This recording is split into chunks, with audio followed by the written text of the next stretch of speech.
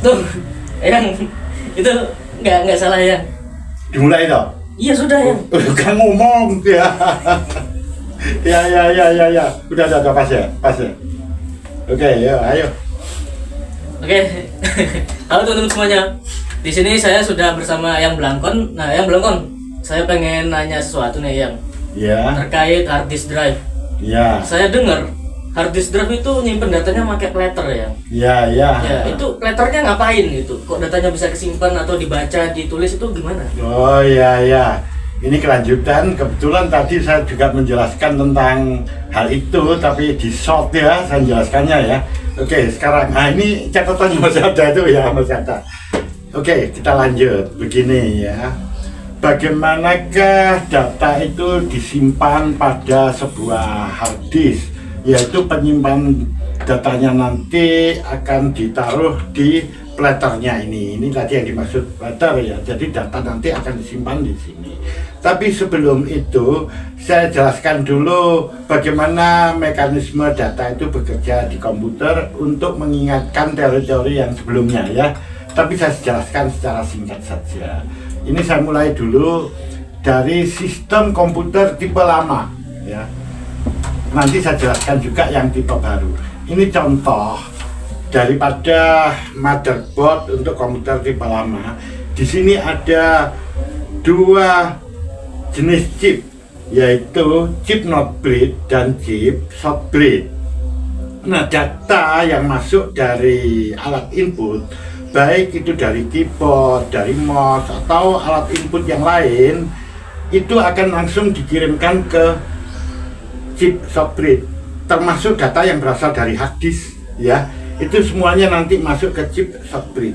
Kemudian dia akan dialirkan langsung ke chip not breed. Setelah itu akan disimpan di memori utama. Jadi ini memori utama ya, yang dikenal dengan nama RAM itu. Saya ulangi di sini. Seluruh data masukan atau data input, baik dari keyboard, dari mouse ya, atau dari hard disk, dari flash disk dan sebagainya, itu nanti akan dikirim masuk ke chip short breed. Kemudian diteruskan ke chip not breed, kemudian disimpan di memori utama. Apabila data itu akan diolah, itu nanti data yang sudah tersimpan di memori utama atau di RAM ini akan dikembalikan ke not breed, kemudian dikirim ke CPU atau prosesor. Disinilah data itu nanti akan diolah. Hasil olahannya akan dibalikkan lagi ke chip not breed, kemudian disimpan di memori utama. Nah, jelas di sini memori utama itu untuk menyimpan seluruh data, baik data input maupun hasil olahan daripada prosesor itu sendiri. Semua data terkumpul di memori utama ini. Apabila data itu akan ditampilkan di layar monitor, maka data yang ada di memori utama yang akan ditampilkan ke monitor itu akan dikirim ke not breed, kemudian barulah dikirim ke monitor, ke port-port yang ada di sini yang menuju monitor. Seperti itu. Kalau data itu mau disimpan, maka data yang mau disimpan yang ada pada memori utama ini akan dikirim ke not breed, kemudian dikembalikan ke short breed. Lah dari sini akan dikirim ke tempat penyimpanan data. Kalau itu hard disk ya dikirim ke port hard disk. Ini kan tempatnya hard disk SATA ya. Nanti dimasukkan ke sini dan nanti disimpan di hard disk. Bagaimana kalau disimpan di flash disk? Nah, dari chip short breed ini nanti akan dikirim ke port USB di sini, karena flash disk itu kan pakai USB. Nah, nanti di situ disimpan di flash disk. Bagaimana kalau data itu mau di print? Ya sama aja, dari sini nanti dikirim ke printer. Sekarang printernya pakai port apa? Kalau printernya itu pakai port USB juga, ya dikirim ke port USB ini barulah ke printer. Itu. Oh, yang betul printer tipe lama. Yang masuk ke ini nih, ada tipe lama itu ada ya konektor apa untuk printer itu namanya paralel ya, port paralel itu seperti itu. Nah, ini pada komputer tipe lama yang masih menggunakan dua chipset. Kedua chipset ini short breed dan not breed ini disebut chipset konvensional ya. Sekarang ini sudah banyak dipakai dan tidak diproduksi, walaupun masyarakat masih banyak yang menggunakan komputer tipe ini. Nah, sekarang saya jelaskan untuk yang komputer tipe baru. Nah, ini komputer tipe baru, dia itu pakai motherboard semacam ini. Chipsetnya itu tunggal, single chipset, nggak dua, tinggal satu di sini. Nah, bagaimana aliran datanya? Begini, data input yang masuk atau yang dari hard disk atau dari yang mana saja itu langsung dikirim ke chip ini, chip tunggal ini. Dari chip ini nanti akan dikirim ke prosesor, tapi bukan ke core prosesornya, enggak. Jadi dalam kemasan prosesor itu ada namanya memory controller ya, bagian sirkuit memory controller ada. Dia dikirim ke bagian itu, kemudian disimpan di memori utama. Seperti itu ya. Kalau dia mau diolah ya sama aja, dia nanti dikirim ke memory controller, kemudian dimasukkan di core prosesor yang memang sudah menjadi satu di sini. Hasilnya dikembalikan lagi, nanti disimpan ke memori utama. Begitu seterusnya, sama dengan komputer yang lama. Kalau data itu mau disimpan, jadi yang dari memori utama ini akan dikirim ke memory controller yang ada pada kemasan prosesor itu, kemudian dikirim ke chip ini, chip tunggal ini. Barulah kemudian akan disimpan ke media penyimpanan, misalnya ke hard disk ya. Kalau ke hard disk langsung ke hard disk, kalau ke flash disk misalnya ya sudah ke USB ini, barulah dia ke flash disk. Jadi itu proses kerja bagaimana aliran data pada komputer yang tipe lama atau tipe baru. Konsepnya begini, seluruh data masukan, input atau hasil olahan pada dasarnya semua pasti disimpan di memori utama atau RAM. Nah, sekarang pertanyaannya begini tadi. Bagaimana kalau data itu disimpan pada hard disk? Mekanismenya bagaimana, begitu kan? Iya. Baik pada komputer yang lama maupun komputer yang tipe baru, data yang akan disimpan itu sebetulnya sudah ada di memori utama. Nah, ketika ada perintah simpan data ini, maka data yang ada pada memori utama ini langsung dikirim ke memory controller tadi ya, kemudian ke chip tunggal ini, barulah disalurkan ke hard disk, begitu, disimpan ke dalam hard disk. Nah, sekarang kita tinggal membahas bagaimana proses penyimpanan di hard disk, seperti itu ya. Nah, untuk itu saya jelaskan dulu sekilas mengenai hard disk ya. Hard disk itu dalam proses baca tulis data ya, itu ada 4 komponen utama yang terlibat ya.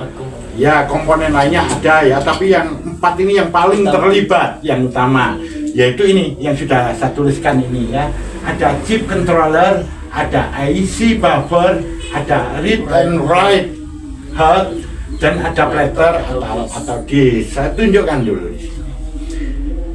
Nah, inilah chip controllernya yang gede ini ya. Coba kameramen bisa dilihat di situ, jelas ya? Enggak, dilihat aja jelas enggak? Oke, ya. Ini adalah chip controller yang dikenal dengan hard disk controller atau controller hard disk. Kemudian IC buffer yang ada di sampingnya yang panjang. Ini IC buffer, ya. Nah, kemudian di sini ada read write head. Ini saya buka di sini. Nah, ketika saya buka dalamnya kayak begini, read write head itu adalah mata baca tulis, yaitu bagian yang akan menuliskan data pada platter. Di sini nih. Nah, ini ya. Ini saya gerakkan kiri kanan. Nah, di ujungnya ini itu ada benda kecil sekali yang bertugas untuk menulis data ke platter ini. Nanti penulisannya dia bergerak ke kiri ke kanan begini ya. Sementara ininya kan berputar begini. Dia menulis ke kiri ke kanan semacam ini ya. Kemudian di sini ada platter atau disk. Lah, platter atau disk itu ini nih, ya. Jadi yang piringan ini, disk itu artinya piringan. Piringan untuk nyimpen data ini disebut platter atau disk. Nanti data itu akan ditulis di permukaan platter ini dengan cara magnetisasi. Jadi dalam penulisannya nanti head dengan permukaan platter itu tidak nempel. Jadi dia melayang begitu ya. Nah, Loh, batuk ya karena belum minum ini di sini ya. Itu apa? Kameramennya tuh senyum aja, dia nggak punya perasaan, nggak dikasih minum. Nggak peka, Pak. Ya dia hanya senyum aja ya, biarin aja. Nah, oke. Kok yang ini kok mirip kayak pernah lihat gitu loh, kaset yang zaman dulu tuh loh ya. Oh ya, ya. Tapi nyentuh, ini nggak nyentuh ya? Nggak nyentuh, kalau itu piringan hitam kan? Ya, yang itu lagu-lagu ya. Iya, untuk mutar lagu. Kalau ini nggak nyentuh, beda itu sistemnya. Ya, oke sekarang saya lanjutkan.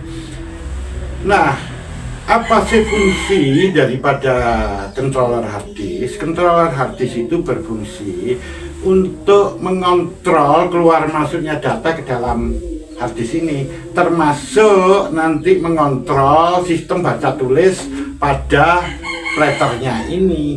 Jadi semua itu dikendalikan oleh chip controller ini. Prinsip dasarnya yang bertanggung jawab keluar masuknya data, sistem penulisan atau penyimpanan data di sini adalah chip controller. Jadi dia itu yang bertanggung jawab untuk itu. Nah, kemudian IC buffer itu berfungsi untuk menyimpan data secara sementara. Dia itu kecepatannya sangat tinggi. Jadi data nanti yang masuk ke dalam hard disk ini oleh chip controller ini diperintahkan untuk masuk langsung ke buffer. Setelah seluruh data itu masuk di buffer ini, barulah data secara perlahan-lahan oleh IC buffer ini dikirim ke read-write head. Ya, di situ oleh read-write head itu nanti data itu ditulis setahap, terus gitu, jadi secara bertahap ya, tahap demi tahap dia ditulis di permukaan platter itu. Ketika menulis dia akan bergerak ke kiri, ke kanan, seperti itu penulisannya. Nah, otomatis kita ketahui di sini platter ini adalah media yang digunakan untuk menyimpan data. Jadi datanya itu nanti disimpan di platter ini, yaitu pada bagian permukaannya. Ya. Nah, bagaimana kalau membaca? Tadi kan kalau menulis ya. Jadi kalau membaca sama saja. Jadi ketika ada perintah untuk mengambil data di platter, perintah itu akan diterima oleh chip controller. Nah, chip controller ini, controller hard disk ini langsung memberikan perintah baca tuh data yang ada di platter. Ya, maka di sini data akan dibaca di platter ini. Setelah selesai dibaca, maka dia akan dikirim langsung ke komputer. Seperti itu prosesnya. Jadi penulisannya seperti tadi, terus nanti pembacaannya seperti itu. Jadi ya di sini ya. Yang ngerti yang. Jadi buffer itu kayak ngantri gitu kayak. Iya, dia hanya sementara aja penulisannya. Apakah sama kayak chipnya RAM? Bukan, nggak sama. Ya mirip, mirip.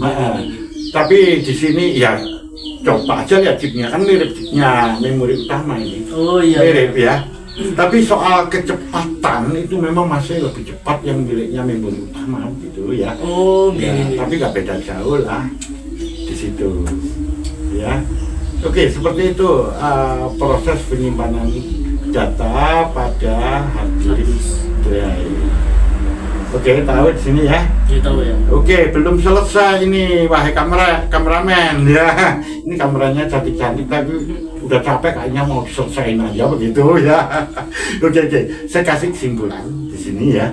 Jadi pada hard disk ini yang terlibat untuk sistem baca tulis ada 4 komponen utama, yaitu chip controller hard disk yang berfungsi mengontrol semua kegiatan keluar masuknya data menuju ke hard disk, termasuk sistem baca tulisnya pada platter ini. Sedangkan IC buffer berfungsi untuk menyimpan data sementara yang berasal dari komputer yang selanjutnya nanti akan dioper atau diteruskan ditulis di platter ini secara perlahan-lahan. Sedangkan read-write head bertugas untuk menuliskan data pada permukaan platter. Sedangkan platernya inilah media yang digunakan untuk menyimpan data. Itu kesimpulannya ya. Kemudian data yang masuk melalui board ini, ya board controller ini namanya ya. Jadi di sini itu semuanya berjalan secara elektris. Cepat sekali masuknya ke situ. Di sini barulah setelah data itu dikirim ke read writer di sini, maka dia bekerjanya bukan elektris tapi mekanis. Ini yang lamban, itu tulisannya di situ, penulisannya yang agak lamban itu, ya.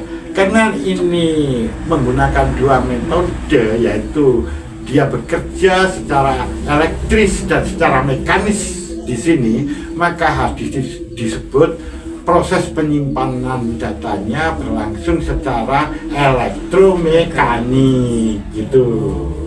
Artinya sebagian berjalan secara elektris, sebagian lagi secara mekanis. Yang lambat itu yang mekanis. Gimana? Paham ya di sini ya? Ya lumayan paham ya. Nah, yang saya mau tanyakan tuh, yang gerakin letternya siapa ya? Loh ini di sini nih, ini controller di sini. Oh, yang gerakin yang gerakin read head ya. Kalau yang gerakan plater ini yang berputar kayak begini ini. Nah, itu ada chip sendiri ini. Oh, ada chip sendiri. Iya. Jadi ini motor controller ya. Oh, ada lagi motor controller. Iya, yang mengendalikan putaran tadi. Piring, ya, putaran itu. Jadi di sini ada beberapa chip. Yang satu untuk mengontrol gerakan head tadi, termasuk yang bertanggung jawab menulis ya. Sedangkan ini ada satu chip lagi, ini controller motor ya, motor penggerak ini putaran. Gitu. Ada lagi yang mau ditanyakan? Enggak, yang saya rasa cukup. Cukup ya. Ya, ini kameramennya cantik-cantik, senyum aja ya, nggak sabaran dia ya. Oke lah, kita sudahi dulu dari sini ya. Boleh ya. Kita ketemu pada video berikutnya.